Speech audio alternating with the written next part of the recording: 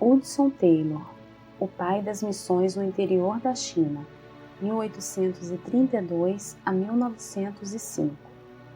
Tiago Taylor tinha se levantado cedo de madrugada. Chegara por fim o auspicioso e anunciado dia de seu casamento. O moço ocupava-se em arrumar tudo para receber a noiva na casa que iam ocupar. Enquanto trabalhava, estava meditando sobre as ocorrências recentes na aldeola. Duas famílias, a dos Cooper e a dos Shaw, converteram-se e convidaram João Wesley a pregar na feira. O velho discursou sobre a ira vindoura, de tal maneira que o povo desistiu da amarga perseguição, deixando o intrépido pregador hospedar-se na casa do senhor Shaw. Enquanto Tiago preparava a casa para a chegada da noiva, ouvia-se a voz da vizinha, a senhora Shaw, cantando.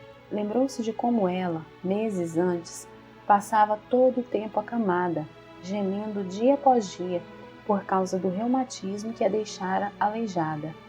Mas quando confiou no Senhor, como disse, para a cura imediata, grande foi a transformação. E indizível foi a surpresa do marido ao voltar a casa.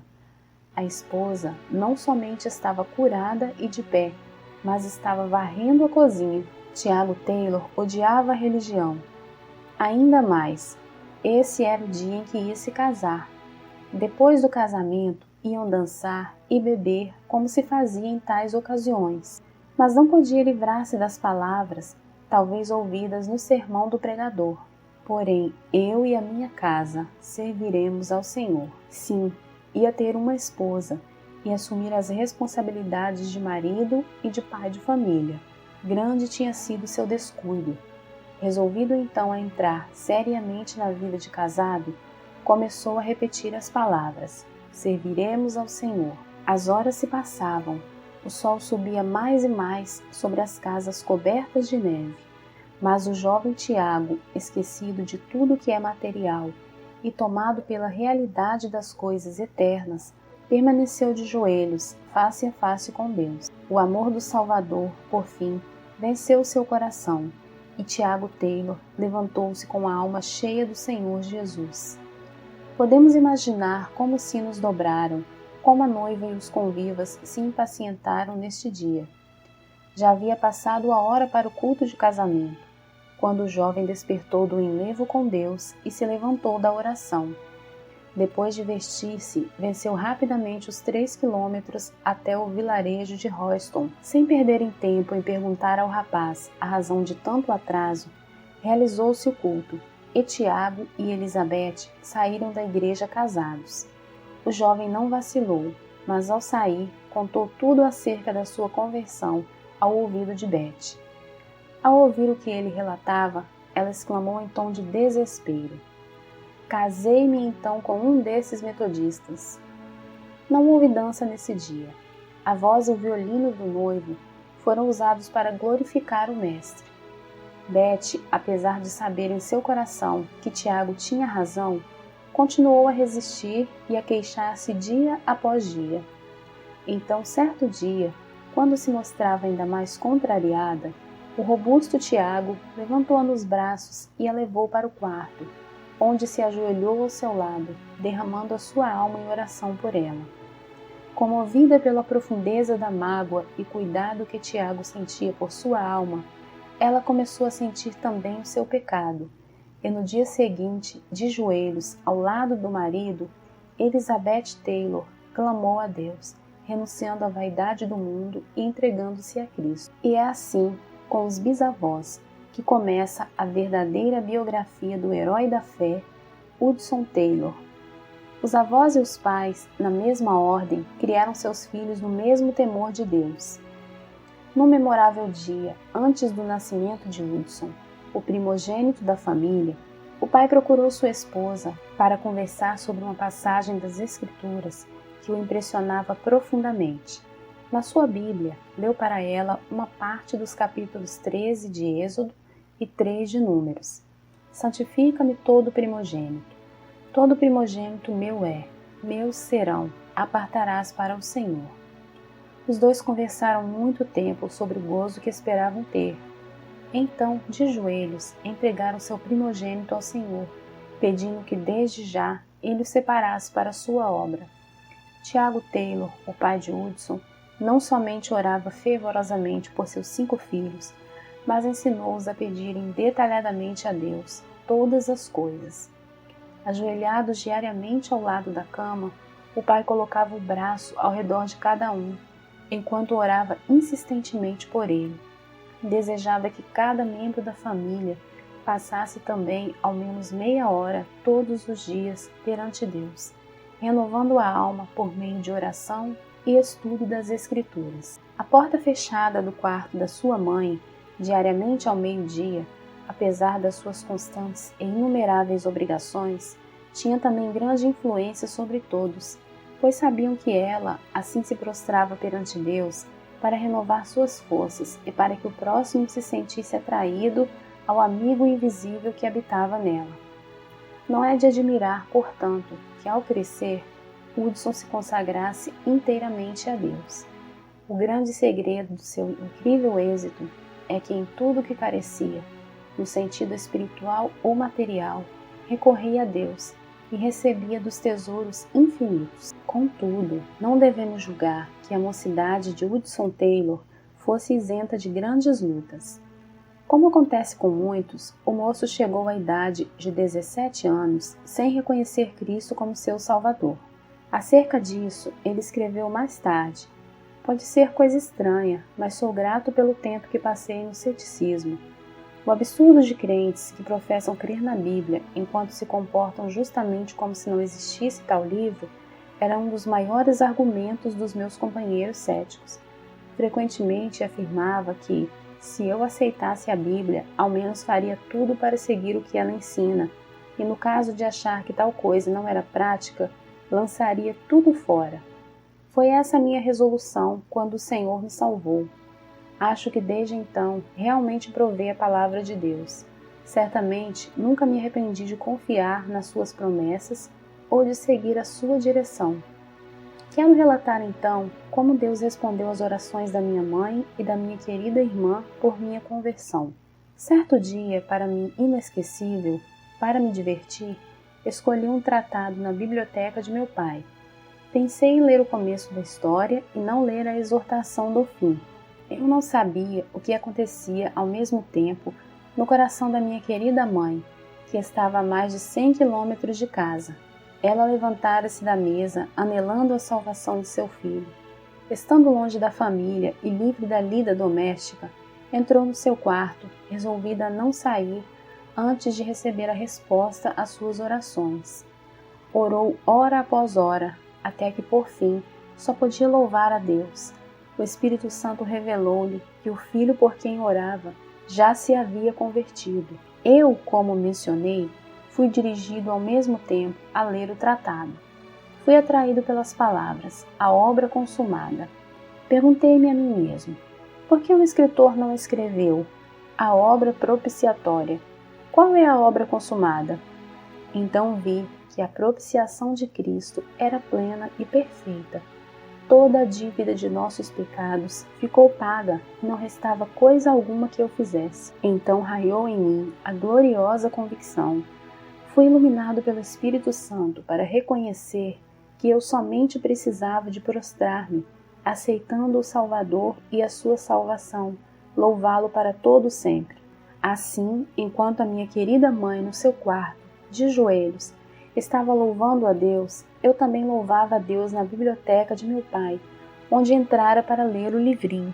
Foi assim que Hudson Taylor aceitou, para a sua própria vida, a obra propiciatória de Cristo, um ato que transformou todo o resto da sua vida.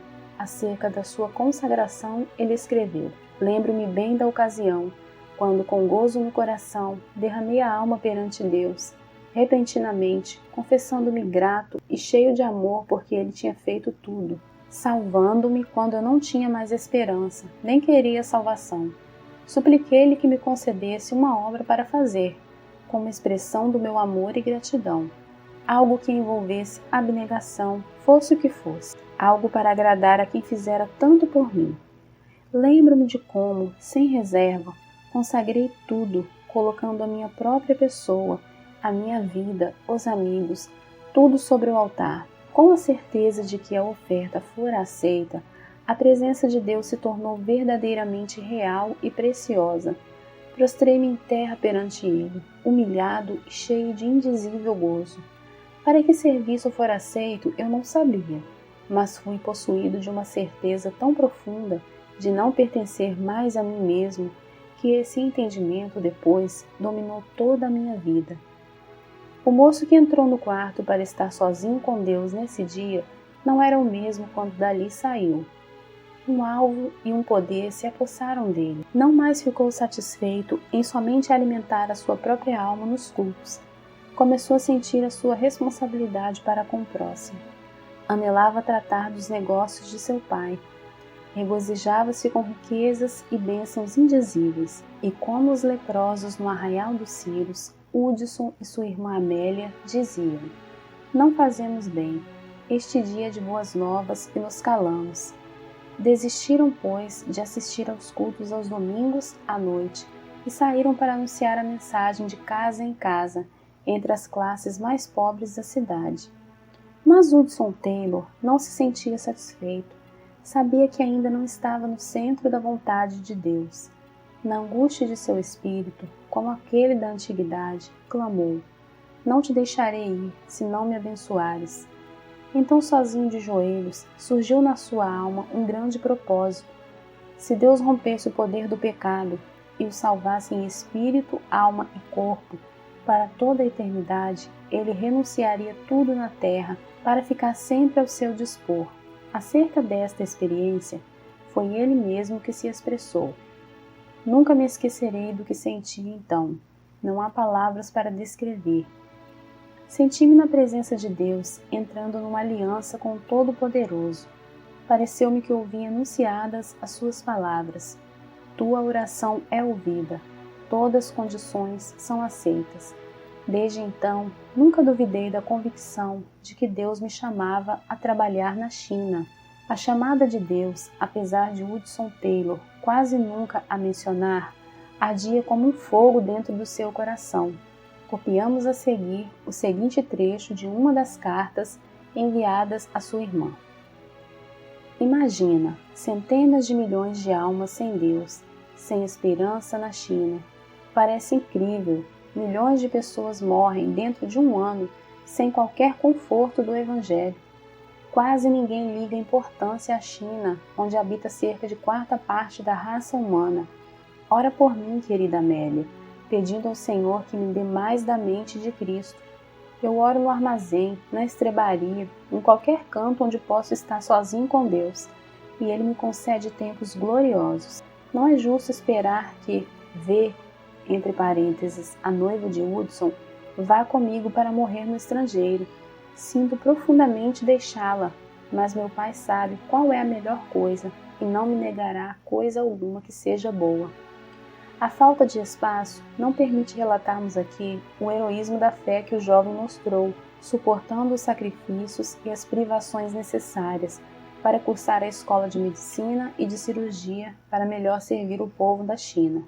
Antes de embarcar, escreveu estas palavras à sua mãe: anelo estar aí uma vez mais, e sei que a senhora quer ver-me, mas acho melhor não nos abraçarmos um ao outro mais, pois isso seria encontrarmos-nos para logo nos separarmos para todo o sempre.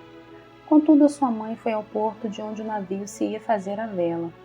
Alguns anos depois, ele assim registrou a partida. Ah, minha querida mãe, que agora está com Cristo, veio a Liverpool para despedir-se de mim.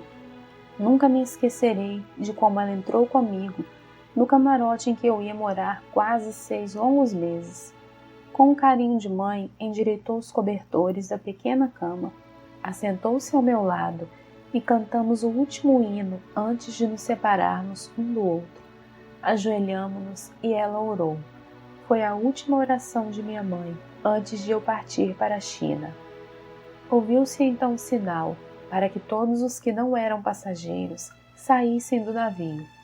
Despedimo-nos um do outro, sem a esperança de nos encontrarmos outra vez. Ao passar o navio pelas comportas, E quando a separação começou a ser realidade, do seu coração saiu um grito de angústia, tão comovente que jamais esquecerei. Foi como que meu coração fosse transpassado por uma faca. Nunca reconheci tão plenamente até então o que significam as palavras, pois assim amou Deus ao mundo. Estou certo de que minha preciosa mãe, nessa ocasião, chegou a compreender mais do amor de Deus para com o mundo que perece do que em qualquer outro tempo da sua vida. Oh, como se entristece o coração de Deus ao ver como seus filhos fecham os ouvidos à chamada divina para salvar o mundo pelo qual seu amado, seu único filho sofreu e morreu. Os passageiros de navios modernos conhecem muito pouco do incômodo de viajar em navio à vela. Depois de uma das muitas tempestades por que passou, o Dumfries, o nosso herói, escreveu: "A maior parte do que possuo está molhado. O camarote do comissário, coitado, inundou-se.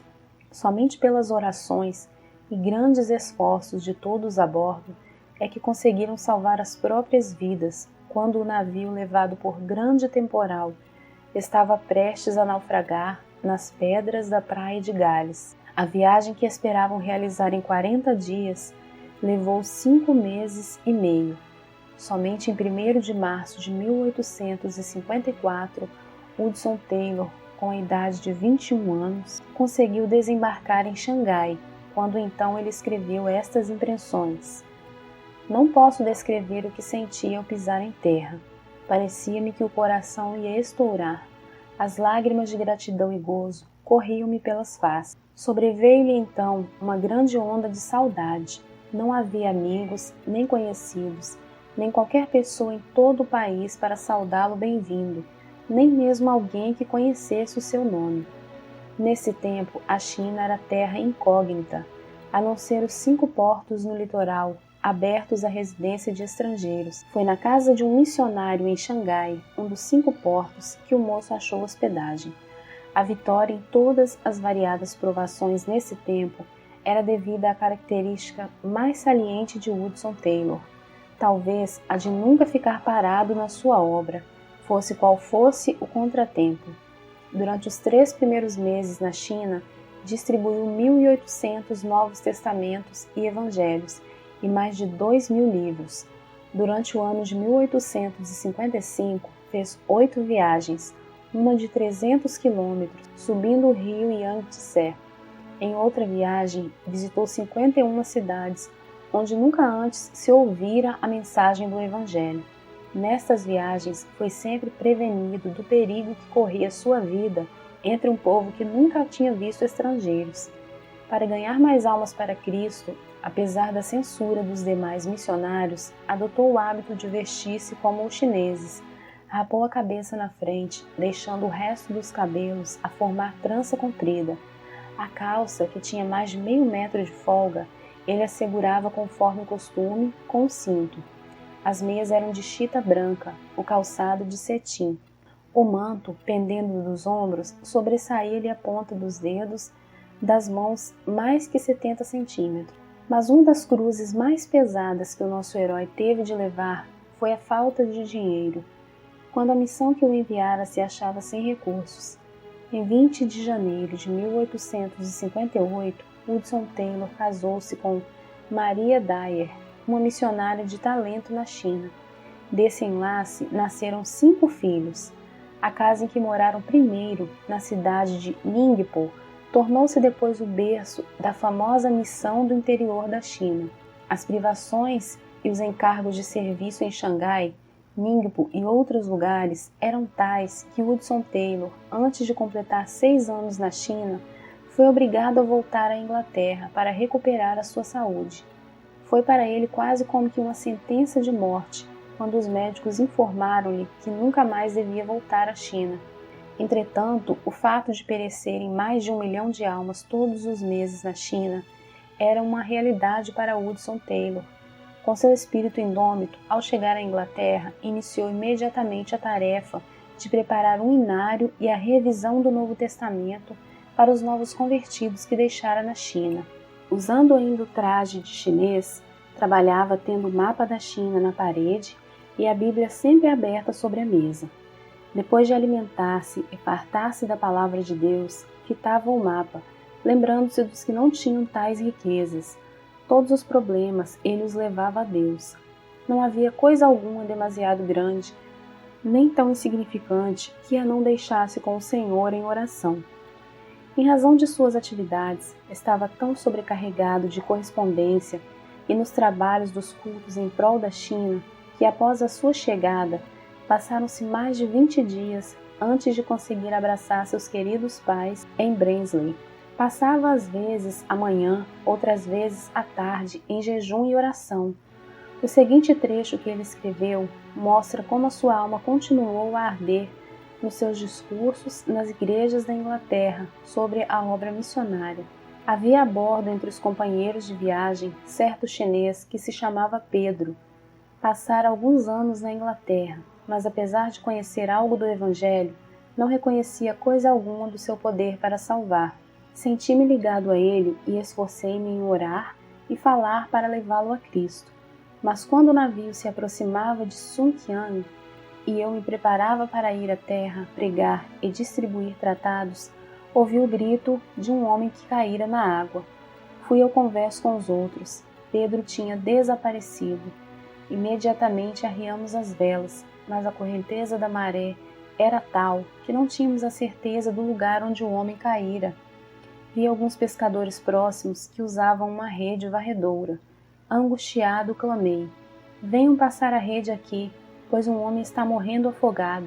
Vê bem, foi a resposta inesperada, isto é, não é conveniente. Não falem se é ou não é conveniente. Venham depressa antes que o homem pereça. Estamos pescando. Eu sei, mas venham imediatamente e pagarei bem. Quanto nos quer dar? $5. Mas não fiquem conversando. Salvem o homem sem demora.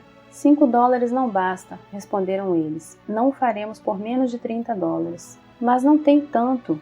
Darei tudo que eu tenho. Quanto tem o senhor? Não sei, porém não é mais do que $14. Então os pescadores vieram. Passaram a rede no lugar indicado. Logo a primeira vez, apanharam o corpo do homem, mas todos os meus esforços para restaurar-lhe a respiração foram inúteis. Uma vida fora sacrificada pela indiferença dos que podiam salvá-la quase sem esforço. Ao ouvirem contar essa história, uma onda de indignação passou por todo o grande auditório. Haveria em todo o mundo um povo tão endurecido e interesseiro como esse? Mas ao continuar o seu discurso, a convicção feriu ainda mais o coração dos ouvintes. O corpo então tem mais valor do que a alma? Censuramos esses pescadores, dizendo que foram culpados da morte de Pedro, porque era coisa fácil salvá-lo. Mas que acontece com os milhões que estamos deixando perecer para toda a eternidade? Que diremos acerca da ordem implícita? Ide por todo o mundo, pregai o Evangelho a toda criatura. Deus nos diz também: livra os que estão destinados à morte e os que são levados para a matança, se os puderes retirar. Se disseres: eis que não o sabemos, porventura aquele que pondera os corações não o considerará? E aquele que atenta a tua alma não o saberá? Não pagará ele ao homem conforme a sua obra? Credes que cada pessoa entre esses milhões na China tem uma alma imortal e que não há outro nome debaixo do céu, dado entre os homens, a não ser o precioso nome de Jesus, pelo qual devamos ser salvos? Credes que Ele só é o caminho, a verdade e a vida, e que ninguém vai ao Pai senão por Ele? Se assim o credes, examinai-vos a vós mesmos, para ver se estáis fazendo todo o possível para levar seu nome a todos. Ninguém deve dizer que não é chamado para ir à China. Ao enfrentar tais fatos, todas as pessoas precisam saber se tem uma chamada para ficarem em casa. Amigo, se não tens certeza de uma chamada para continuar onde estás, como podes desobedecer a clara ordem do Salvador para ir? Se estás certo, contudo, de estares no lugar onde Cristo quer, não por causa do conforto ou dos cuidados da vida, então estás tu orando como convém a favor dos milhões de perdidos da China? estás tu usando teus recursos para a salvação deles? Certo dia, não muito depois de haver regressado à Inglaterra, Hudson Taylor, ao completar a estatística, veio a saber que o número de missionários evangélicos na China diminuíra em vez de aumentar. Apesar de a metade da população pagã estar na China, o número de missionários durante o ano tinha diminuído de 115 para somente 91. Começaram a soar aos ouvidos do missionário estas palavras: quando eu disser ao ímpio, certamente morrerás, não avisando tu, não falando para avisar o ímpio acerca do seu caminho ímpio, para salvar a sua vida, aquele ímpio morrerá na sua maldade, mas o seu sangue, da tua mão o requererei. Era um domingo, 25 de junho de 1865, de manhã, à beira-mar. Hudson Taylor, cansado e doente, estava com alguns amigos em Brighton, mas não podendo suportar mais o regozijo da multidão na casa de Deus, retirou-se para andar sozinho nas areias da maré vazante. Tudo em redor era paz e bonança, mas na alma do missionário rugia uma tempestade. Por fim, com alívio indizível, clamou: Tu, Senhor, tu podes assumir todo o encargo. Com tua chamada e como teu servo avançarei, deixando tudo nas tuas mãos. Assim, a missão do interior da China foi concebida na sua alma e todas as etapas do seu progresso realizaram-se por seus esforços. Na calma do seu coração, na comunhão profunda e indizível com Deus, originou-se a missão. Com o lápis na mão, abriu a Bíblia e, enquanto as ondas do vasto mar batiam aos seus pés, escreveu as simples, mas memoráveis palavras: Orei em Brighton, pedindo 24 trabalhadores competentes e dispostos, em 25 de junho de 1865. Mais tarde, recordando-se da vitória dessa ocasião, escreveu: Grande foi o alívio de espírito que senti ao regressar da praia. Depois de findar o conflito, tudo era gozo e paz. Parecia que me faltava muito pouco para voar até a casa do Sr. Pierce. Na noite desse dia, dormi profundamente. A querida esposa achou que a visita a Brighton serviu para renovar-me maravilhosamente. Era verdade. O vitorioso missionário, juntamente com a família e os 24 chamados por Deus, embarcaram em Londres, no Lammermuir, para a China, em 26 de setembro de 1865. O anelante alvo de todos era de erguer a bandeira de Cristo nas 11 províncias ainda não ocupadas da China. Alguns dos amigos os animaram, mas outros disseram: todo mundo ficará esquecido dos irmãos. Sem uma junta aqui na Inglaterra, ninguém se importará com a obra por muito tempo. Promessas são fáceis de fazer hoje em dia. Dentro de pouco tempo, não terão pão cotidiano. A viagem levou mais que 4 meses.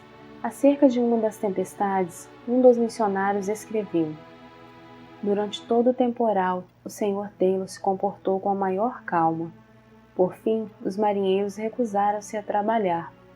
O comandante aconselhou todos a bordo a amarrarem os cintos de salvação, dizendo que o navio não resistiria à força das ondas mais que 2 horas. Nessa altura, o comandante avançou na direção dos marinheiros com um revólver na mão. O Sr. Taylor, então, aproximou-se dele e pediu-lhe que não obrigasse dessa forma os marinheiros a trabalhar.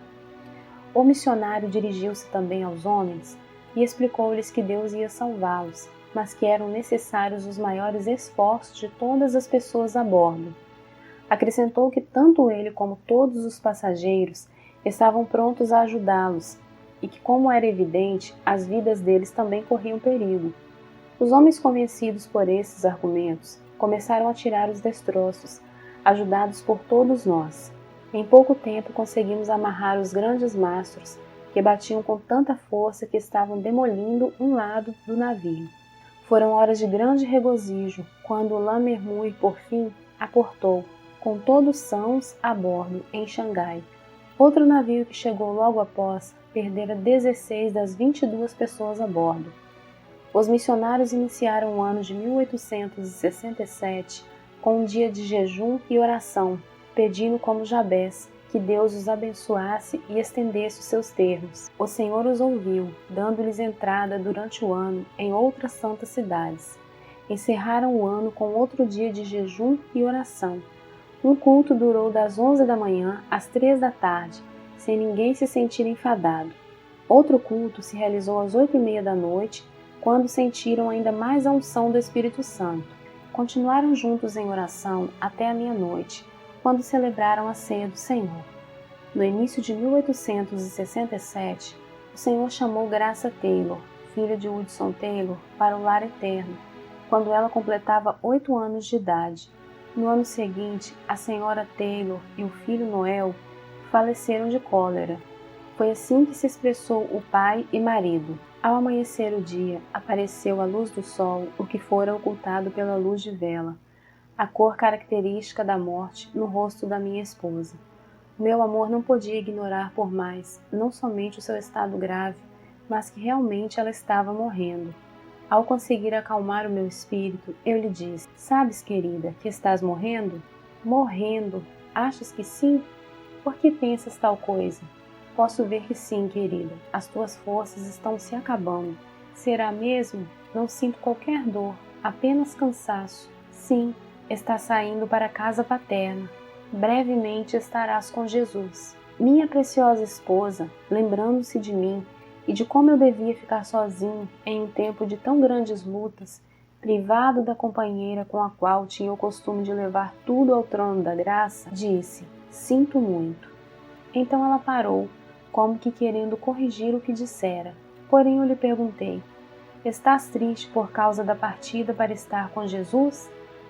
Nunca me esquecerei de como ela olhou para mim e respondeu: "Oh, não! Bem sabes, querido, que durante mais de 10 anos não houve sombra alguma entre mim e meu Salvador. Não estou triste por causa da partida para estar com ele, mas me entristeço porque terás de ficar sozinho nessas lutas.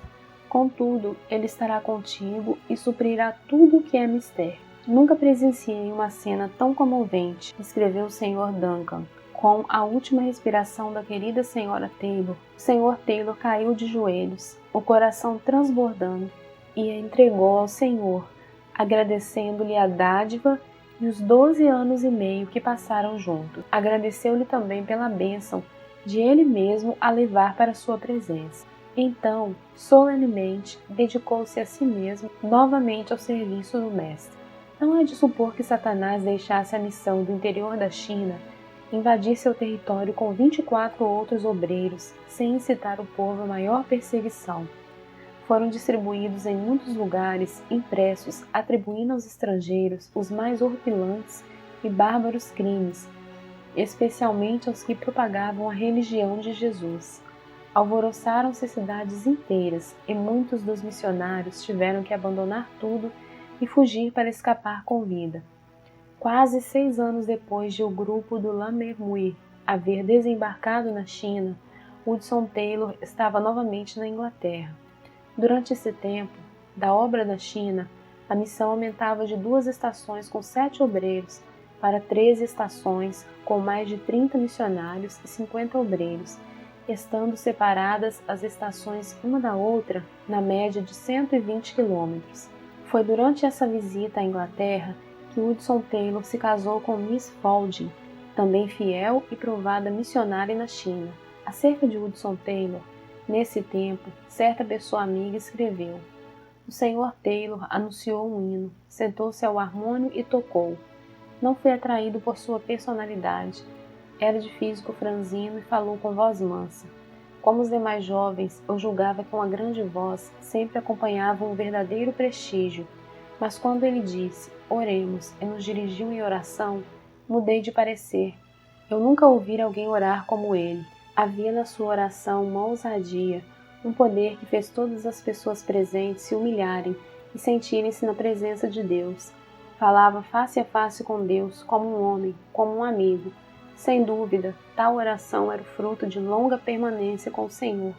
Era como o orvalho descendo dos céus. Tenho ouvido muitos homens orarem, mas não ouvi ninguém como o Sr. Taylor e o Sr. Spurgeon. Ninguém, depois de ouvir como esses homens oravam, pode esquecer-se de tais orações. Foi a maior experiência da minha vida, ouvir o Sr. Spurgeon quando tomou, como se fosse a mão do auditório de 6.000 pessoas, e as levou ao Santo dos Santos. E ouvir o Sr. Taylor rogar pela China era reconhecer algo do que significa a súplica fervorosa do justo. Foi em 1874, quando com sua esposa subiam ao grande rio Yangtze, e ele meditava sobre as 9 províncias que se estendiam dos trópicos de Bruma ao planalto de Mongólia e as montanhas de Tibete, que Hudson Taylor escreveu: "A minha alma anseia e o coração arde pela evangelização de centenas de milhões de habitantes dessas províncias sem obreiros. Oh, se eu tivesse 100 vidas a dar ou a gastar por eles!" Mas no meio da viagem receberam notícias da morte da fiel missionária Amélia Bletchley da Inglaterra. Ela não somente cuidava dos filhos do Sr. Taylor, mas também servia como secretária da missão. Grande foi a tristeza de Hudson Taylor ao chegar à Inglaterra e achar não somente os seus queridos filhos separados e espalhados, mas a obra da missão quase paralisada. Mas isso não foi ainda sua maior tristeza. Na sua viagem pelo rio Yangtze, o Sr. Taylor, ao descer a escada do navio, levou uma grande queda, caiu sobre os calcanhares de tal maneira que o choque ofendeu a espinha dorsal. Depois que chegou à Inglaterra, o incômodo da queda agravou-se até ele ficar acamado. Sobreveio-lhe então a maior crise da sua vida, justamente quando havia maior necessidade dos seus esforços. Completamente paralítico das pernas, tinha de passar todo o tempo deitado de costas. Uma pequena cama era sua prisão. É melhor dizer que era a sua oportunidade. Ao pé da cama, na parede, estava fixado um mapa da China, e ao redor dele, de dia e de noite, estava a presença divina. Aí, de costas, mês após mês, permaneceu o nosso herói, rogando e suplicando ao Senhor a favor da China. Foi-lhe concedida a fé para pedir que Deus enviasse 18 missionários. Em resposta aos seus apelos para a oração, escritos com maior dificuldade e publicados no jornal, 60 moços responderam de uma vez. Dentre eles, 24 foram escolhidos. Ali, ao lado do leito, ele iniciou aulas para os futuros missionários e ensinou-lhes as primeiras lições da língua chinesa, e o Senhor os enviou para a China. Lê-se o seguinte acerca de como o missionário inutilizado em corpo, nesse tempo, ficou bom. Ele foi tão maravilhosamente curado em resposta à oração que podia cumprir com um incrível número de suas obrigações. Passou quase todo o tempo das férias com seus filhos em Gursing, escrevendo. Durante os 15 dias que passou ali, apesar de desejar compartilhar da delícia da linda praia com seus filhos, saiu com eles apenas uma vez. Mas as cartas que enviou para a China e outros lugares valiam mais do que ouro. Certo missionário assim escreveu acerca de uma visita que lhe fez na China. Nunca me esquecerei do gozo e da amável maneira com que me saudou. Conduziu-me logo para o escritório da missão do interior da China. Devo dizer que foi para mim uma surpresa ou choque, ou ambas as coisas. Os móveis eram caixotes. Uma mesa estava coberta de inúmeros papéis e cartas. Ao lado do lume havia uma cama, bem arrumada, tendo um pedaço de tapete a servir de cobertor. Nessa cama, o Sr. Taylor descansava de dia e de noite. O Sr. Taylor, sem qualquer palavra de desculpa, deitou-se na cama e travamos a palestra mais preciosa da minha vida. Toda a ideia de que eu tinha das qualificações para ser um grande homem foi completamente mudada. Não havia nele coisa alguma do espírito de superioridade. Vi nele o ideal de Cristo, na verdadeira grandeza, tão evidente que permanece ainda no meu coração, através dos anos, até o presente momento. Hudson Taylor reconhecia profundamente que para evangelizar os milhões da China, era imperioso que os crentes na Inglaterra mostrassem muito mais de abnegação e sacrifício. Mas como podia ele insistir em sacrifício sem primeiramente praticá-lo na sua própria vida? Assim ele, deliberadamente, cortou da sua vida toda a aparência de conforto e luxo. Nas viagens pelo interior da China, ele, invariavelmente, se levantava para passar 1 hora com Deus, antes de clarear o dia, às vezes para depois dormir novamente. Quando eu despertava para alimentar os animais, sempre o achava lendo a Bíblia à luz de vela. Fosse qual fosse o ambiente ou barulho nas hospedarias imundas, não descuidava o hábito de ler a Bíblia. Geralmente em tais viagens, Orava de bruços, porque lhe faltavam as forças para permanecer tanto tempo de joelhos. Qual será o assunto do seu discurso hoje? Perguntou-lhe certo crente que viajava com ele de trem. Não tenho certeza, ainda não tive tempo de resolver, respondeu-lhe Hudson Taylor. Não teve tempo, exclamou o homem. Ora, que faz o senhor a não ser descansar depois de assentar-se aí? Não conheço o que seja descansar, foi a resposta calma que ele deu. Depois de embarcarmos em Edimburgo, passei todo o tempo orando e levando todos os nomes dos membros da missão do interior da China e os problemas de cada um ao Senhor. Está além da nossa compreensão como, no meio de uma das maiores obras de evangelização de toda a história, ele podia dizer: nunca fomos obrigados a abandonar uma porta aberta por falta de recursos. Apesar de muitas vezes gastarmos até o último penny, a nenhum dos obreiros nacionais, nem a nenhum dos missionários, faltou o prometido pão cotidiano. Os tempos de provações são sempre tempos abençoados, e o que é necessário nunca chega demasiado tarde. Outro segredo do seu grande êxito de levar a mensagem de salvação ao interior da China era a determinação de que a obra não somente continuasse com caráter internacional, mas também interdenominacional, que aceitasse missionários dedicados a Deus de qualquer nação e de qualquer denominação. Em 1878, ao regressar de uma viagem, começou a orar pedindo que Deus enviasse mais 30 missionários antes de findar o ano de 1879. Diremos ao lembrarmos-nos do dinheiro necessário para pagar as passagens e sustentar tantas pessoas que a sua fé era grande. Pois bem, 28 pessoas com os corações acesos pelo desejo de salvação dos perdidos na China, confiando em Deus para o seu sustento cotidiano, embarcaram antes de findar o ano de 1878 e mais 6 em 1879. Conversando com um companheiro de lutas na cidade de Wuchang, Hudson Taylor começou a enumerar os pontos estratégicos em que deviam começar logo a evangelizar os 2 milhões de habitantes do vale do rio Yangtze e do seu tributário, o rio Han. Com menos de 50 ou 60 novos obreiros, a missão não podia dar tal passo, e a própria missão não tinha mais de um total de 100.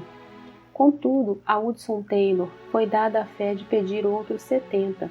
Lembrado das palavras, designou o Senhor ainda outros 70. Reunimos-nos hoje para passar o dia em jejum e oração, escreveu Hudson Taylor em 30 de junho de 1872. O Senhor nos abençoou grandemente. Alguns passaram a maior parte da noite em oração. O Espírito Santo nos encheu até nos parecer ser impossível receber mais sem morrer. Em certo culto, durante quase 2 horas, louvaram ininterruptamente a Deus pelos 70 obreiros já recebidos pela fé. E em realidade, foram recebidos mais do que 70, e dentro do prazo marcado. O Senhor conduziu a missão pouco a pouco para uma visão ainda mais larga.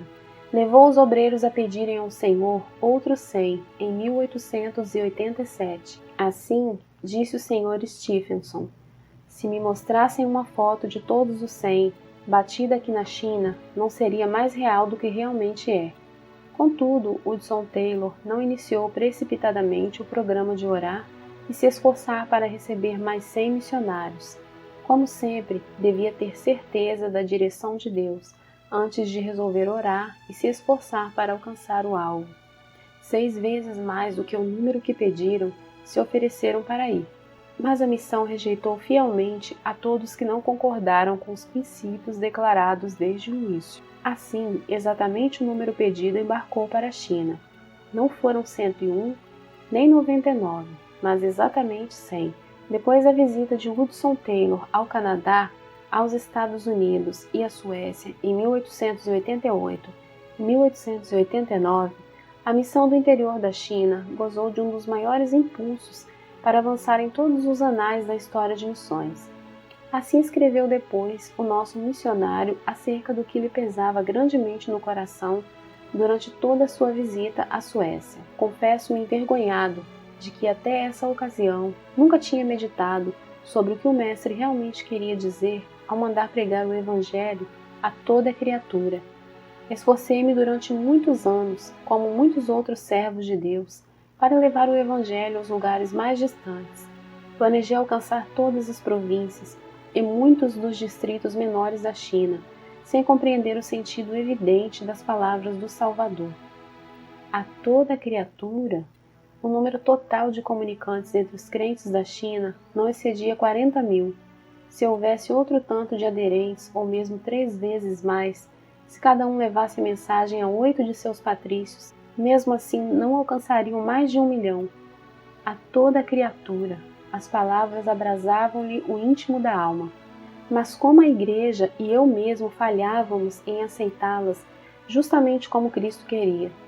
Isso eu percebi então. Para mim havia apenas uma saída, a de obedecer. Qual será a nossa atitude para com o Senhor Jesus Cristo quanto a essa ordem?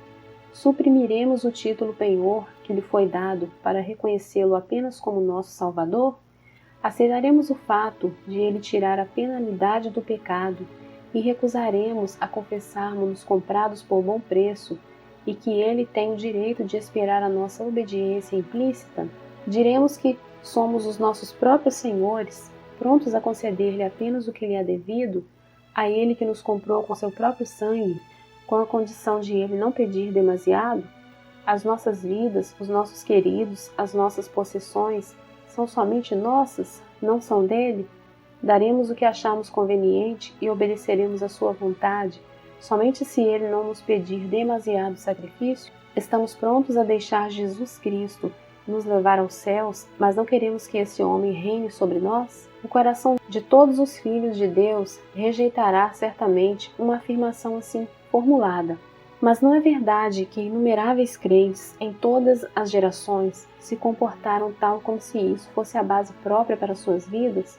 São poucas as pessoas entre o povo de Deus que reconhecem a verdade de que ou Cristo é o Senhor de tudo, ou então não é o Senhor de coisa alguma. Se somos nós que julgamos a palavra de Deus e não a palavra que nos julga, se concedemos a Deus somente o quanto quisermos, então somos nós os senhores e Ele o nosso devedor. E, consequentemente, Ele deve ser grato pela esmola que lhe concedemos. Deve sentir-se obrigado por nossa concordância aos seus desejos. Se, ao contrário, Ele é Senhor, então tratemo-lo como Senhor. E por que me chamais Senhor, Senhor, e não fazeis o que eu digo? Foi assim que Hudson Taylor, sem esperar, alcançou a mais larga visão da sua vida, a visão que dominou a última década de seu serviço. Com os cabelos já grisalhos, após 57 anos de experiência, enfrentou um novo sentido de responsabilidade, com a mesma fé e confiança que o caracterizavam quando era mais novo. Sua alma ardia ao meditar nos alvos antigos, ficou ainda mais firme ao executar a visão de outrora. Foi assim que sentiu a direção de unificar todos os grupos evangélicos que trabalhavam na evangelização da China, para orarem e se esforçarem para aumentar o número de missionários, enviando-se à China outros 1.000 dentro de 5 anos. O número exato enviado à China durante esse prazo foi de 1.153.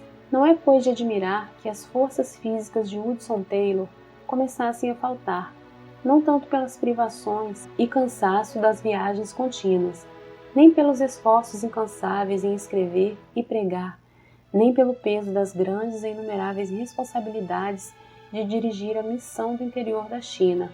Os que o conheciam intimamente sabiam que era um homem gasto de tanto amar. A gloriosa colheita de almas na China aumentava cada vez mais, mas a situação política do país piorava dia após dia, até culminar na carnificina dos Boxers, no ano de 1900, quando centenas de crentes foram mortos. Somente na China Inland Mission pereceram 58 missionários e 21 de seus filhos. Hudson Taylor, com sua esposa, estavam novamente na Inglaterra, quando começaram a chegar telegrama após telegrama, avisando-os dos horripilantes acontecimentos na China. Aquele coração que tanto amava o campo missionário, que tanto amava cada missionário, quase cessou de pulsar. Acerca desse acontecimento, assim se manifestou: não sei ler, não sei pensar, nem mesmo sei orar, mas sei confiar. Certo dia, alguns meses depois, Hudson Taylor, com o coração transbordante e as lágrimas correndo-lhe pelas faces, estava contando o que lera em uma carta que acabara de receber de 2 missionárias escrita um dia antes de elas morrerem nas mãos dos Boxers. Eis o que ele disse: "Oh, o gozo de sair de tal motim de pessoas enfurecidas para estar na sua presença, para ver o seu sorriso." Quando pôde continuar, acrescentou: "Elas agora não estão arrependidas. Têm a imperecível coroa, andam com Cristo e com vestes brancas, porque são dignas." Falando acerca de seu grande desejo de ir a Xangai para estar ao lado dos refugiados, ele disse: "Não sei se poderia ajudá-los, mas sei que me amam. Se pudessem chegar-se a mim nas tristezas para chorarmos juntos, ao menos poderiam ter um pouco de conforto." Mas ao lembrar-se de que tal viagem lhe era impossível por causa da sua saúde, a sua tristeza parecia maior do que podia suportar. Apesar de sentir profundamente a sua incapacidade para trabalhar como de costume, achou grande conforto em estar com a sua esposa, a qual tanto amava. Findara o tempo em que deviam passar longos meses e anos separados um do outro, nas lutas, em tantos lugares. Foi em 30 de julho de 1904 que sua esposa faleceu.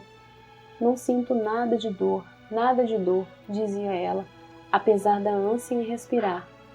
Então, de madrugada, percebendo a angústia de espírito do seu marido, pediu-lhe que orasse, rogando ao Senhor que a levasse logo. Foi a oração mais difícil da vida de Hudson Taylor, mas por amor dela, ele orou pedindo a Deus que libertasse o espírito de sua esposa. Logo que orou, dentro de 5 minutos, cessou a ânsia, e não muito depois, ela adormeceu em Cristo. A desolação de espírito que Hudson Taylor sentiu depois da partida da sua fiel companheira era indescritível. Todavia achou indizível paz nessa promessa: "A minha graça te basta." Começou a recuperar as forças físicas e na primavera fez a sua 7ª viagem aos Estados Unidos. Daí fez a última viagem à China, desembarcando em Xangai em 17 de abril de 1905. O valente líder da missão, depois de tão prolongada ausência, foi recebido em todos os lugares com grandes manifestações de amor e estima por parte dos missionários e crentes, especialmente dos que escaparam dos intraduzíveis espetáculos da irressurreição dos Boxers.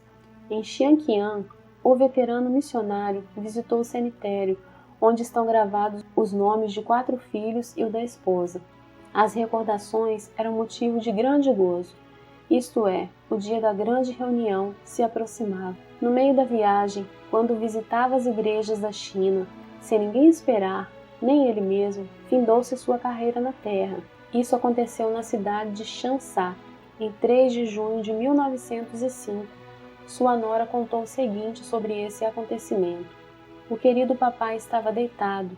Como sempre gostava de fazer, tirou as cartas dos queridos da sua carteira e as estendeu sobre a cama. Baixou-se para ler uma das cartas perto do candeeiro aceso, colocando na cadeira ao lado do peito. Para que ele não se sentisse demasiadamente incomodado, puxei outro travesseiro e o coloquei por baixo da sua cabeça e assentei-me numa cadeira ao seu lado. Mencionei as fotografias da revista Missionary Review, que estava aberta sobre a cama. Howard tinha saído para ir buscar algo para comer, quando o papai de repente virou a cabeça e abriu a boca como se quisesse espirrar. Abriu a boca a segunda, a terceira vez. Não clamou, não pronunciou qualquer palavra, não mostrou qualquer dificuldade para respirar, nada de ânsia. Não olhou para mim e não parecia cônscio. Não era a morte, era a entrada na vida imortal. Seu semblante era de descanso e sossego. Os vincos do rosto, feitos pelo peso da luta de longos anos, pareciam haver desaparecido em poucos momentos. Parecia dormir como criança no colo da mãe.